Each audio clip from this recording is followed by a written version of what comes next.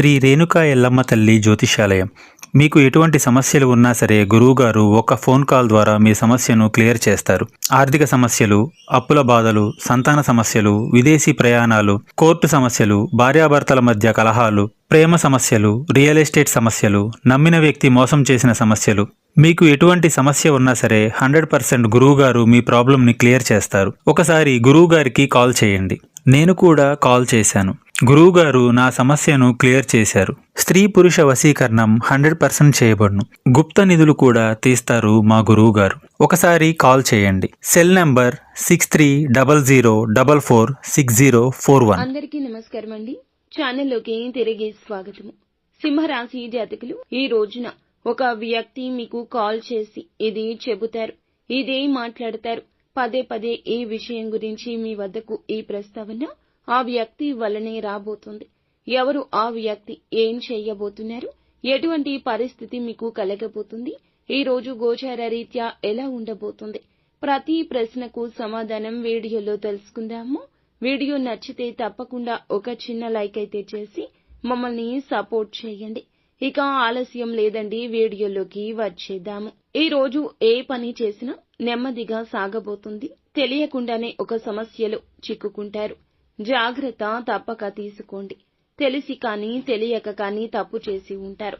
ఇతరులతో మాట్లాడేటప్పుడు జాగ్రత్త. ఉన్నది ఉన్నట్లు మాట్లాడితే శత్రువులు వస్తారు. ఈ ఫోన్ కాల్ వల్ల అనుకుని ఇబ్బంది రాబోతుంది. కోపంలో ఏదో విషయంలో మాట జారి ఉండొచ్చు.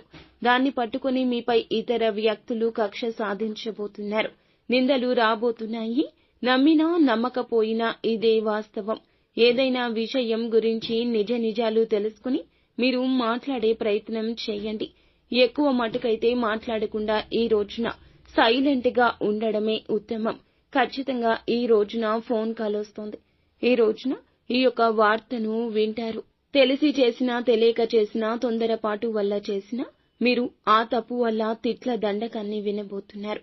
మీకు తెలియకుండానే ఇదంతా జరిగిపోతుంది. ఇది మీ గ్రహ నీచ స్థితి. మీపై నిందలు వస్తాయి.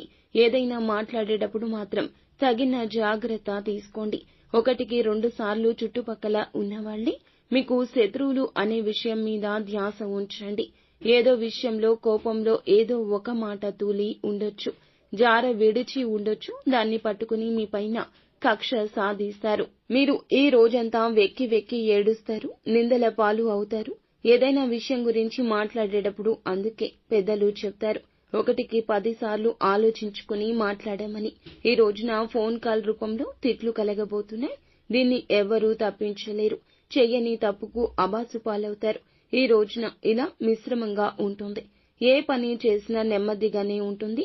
తొందరపాటు నిర్ణయం తీసుకోవద్దు. కుటుంబంలో ప్రేమలు పెరుగుతాయి.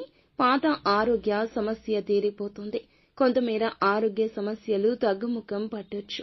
అలాగే వీరికి శత్రువులు అధికంగా ఉంటారు. ఏ పని చేసినా ఈ యొక్క రోజున నెమ్మదిగానే ఉంటుంది. పెట్టుబడి పెట్టొద్దు. నూతన నిర్ణయం తీసుకోవద్దు.